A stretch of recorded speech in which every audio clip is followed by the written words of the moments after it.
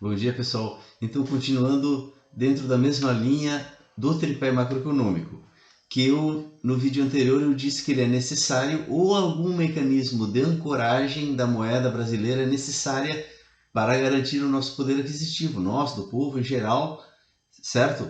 Porque quando a moeda de um país cai, o poder aquisitivo do cidadão que ganha naquela moeda cai. Por isso mesmo que quando o euro caiu em relação ao dólar, os europeus ficaram muito mal-humorados durante muito tempo, até que o euro recuperou o valor frente ao dólar, né? E qualquer país do mundo é assim, certo? Então nós conhecemos no passado, principalmente no governo Lula, um momento muito importante da nossa economia, em que o povo estava otimista, estava feliz, consumindo, até as empregadas iam para Disney, certo? Porque o real valia. Veja, o real ficou décadas a fio, ou melhor, a nossa moeda ficou décadas a fio caindo em relação ao dólar. Caindo. Quando ela recuperou um pouco, começou dentro do Brasil. Não pode, vai quebrar o Brasil. Não quebra o Brasil. Sabe por que não quebra, pessoal?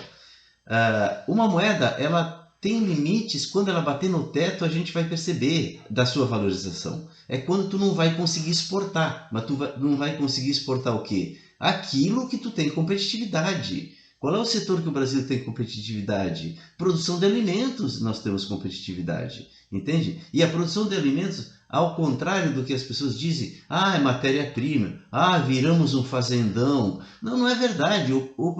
A comida agrega muito valor hoje e está agregando cada vez mais valor. E o Brasil tem que investir em tecnologia, pesquisa, principalmente nisso, porque poucos países do mundo têm as condições que o Brasil tem de água, de sol, para produzir o alimento do mundo.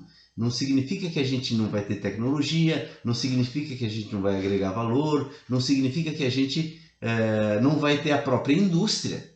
Claro que a gente tem indústria. O Brasil tem indústria. Vocês vão no supermercado, vocês compram as coisas e olhem lá, é feito no Brasil, sabe? A maioria da América Latina não tem isso.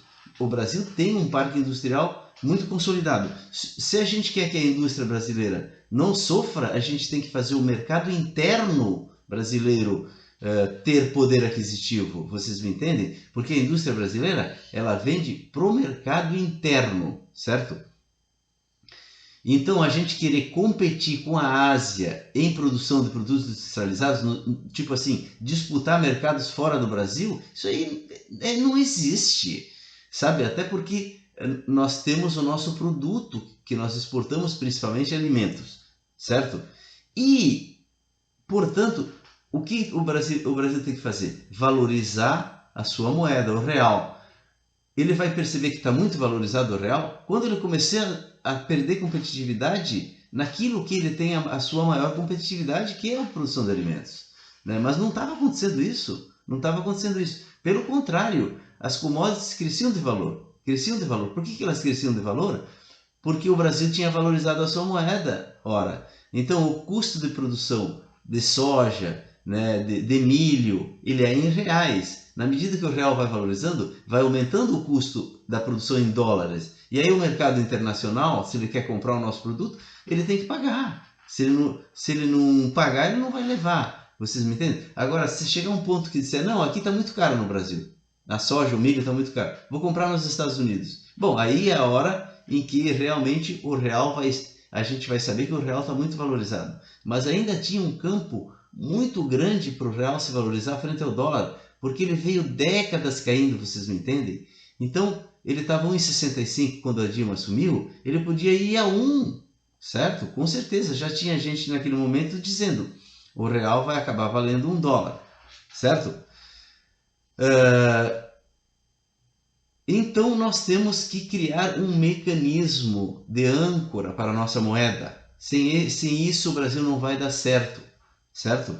A esquerda, a qual eu pertenço, né, com muito prazer, desde que eu me conheço por gente, espero morrer, né, porque eu defendo distribuição de renda. Eu defendo que o povo, a base, ganhe bem, porque isso vai desenvolver o Brasil e o mundo, inclusive, certo? Então eu sou de esquerda por isso, porque eu quero um outro mundo possível. Eu quero um mundo em que o excedente não fique na produção dita burguesa, que é comércio, indústria, bancos, mas que o excedente seja canalizado para a sociedade, certo? Para isso, eu não vou combater empresas e bancos, certo? Porque se eu combater empresas, bancos, mercado, eu não vou ter nem excedente para canalizar para o trabalhador, para a sociedade, para as coisas compartilhadas, para os bens públicos, para as estradas. O governo Lula mostrou isso, que tu não ajuda os ricos, os pobres combatendo os ricos. Se tu ajuda os pobres, o que acontece? Os ricos vão acabar ganhando porque as coisas vão bombar. Então eu sou de esquerda porque eu acho que tem que focar aqui, né? Na sociedade, nos pobres, no trabalhador, certo? Então, só que a esquerda, ela, se tu disser assim, a gente tem que recuperar o tripé macroeconômico, as pessoas já entortam a cara. Ih, o cara defende o tripé macroeconômico. Mas é porque a esquerda não entende que tripé macroeconômico não significa cortar gastos. É isso que é o problema. A esquerda pensa assim, tripé macroeconômico significa superávit primário. Superávit primário tem que fazer o dever de casa, cortar gastos. Não, pessoal, não. Olha só, o FHC, ele bateu 2 vezes no FMI porque teve problemas com as reservas, né? Porque no início ele tentou fazer a âncora cambial, então ele tinha que ter reservas para poder manter o dólar no valor fixo, vamos dizer, né? E aí ele acabava com as reservas, ele tinha que bater no FMI, certo? Aí o FMI exigia, não, tu tem que ter superávit primário, porque eu não vou te emprestar dinheiro se tu cria dívida nova. Deixa eu fazer um pequeno parênteses aqui, pessoal, para informar vocês que o FMI é um banco. As pessoas não entendem que o FMI é um banco. E, inclusive, o Brasil é sócio desse banco, é acionista desse banco. E nenhum banco dá dinheiro assim para um cara irresponsável que só gasta, só cria dívida nova. Então, a FMI fez o papel dele, de dizer assim, olha, meu amigo, eu até te empresto, mas tu não pode ficar criando dívida nova, senão tu vai ficar a vida inteira aqui me pedindo dinheiro. Tu tem que, então, faz o dever de casa, corta gastos. Tá, eu vou cortar gastos. Aí o FHC tentou cortar gastos, não conseguiu. Aí deu uma crise de novo, volta lá, não, eu vou cortar gastos. O FMI emprestou de novo. Chegou a terceira vez, o FMI disse assim, meu amigo, tu não consegue cortar gastos, então tu aumenta impostos. É o único jeito que tem, aumenta impostos, senão eu não vou te emprestar. E o FHC fez o quê? Encaminhou para o Congresso vários novos impostos, PIS, COFINS, CPMF, e aí ele conseguiu o superávit primário. Eu pergunto para vocês, alguém morreu porque aumentou a carga tributária brasileira? Não, pessoal, aí deu certo. É o que eu digo há 15 anos. Imposto não mata ninguém. Imposto é necessário. Tu tem que ver qual é a demanda pública que tem e tu tem que recolher mais do que aquilo, ter uma sobra. Porque se faltar, tu vai ter déficit e aí esse problema, inflação, o mundo não confia em ti. Nós estamos num mundo globalizado.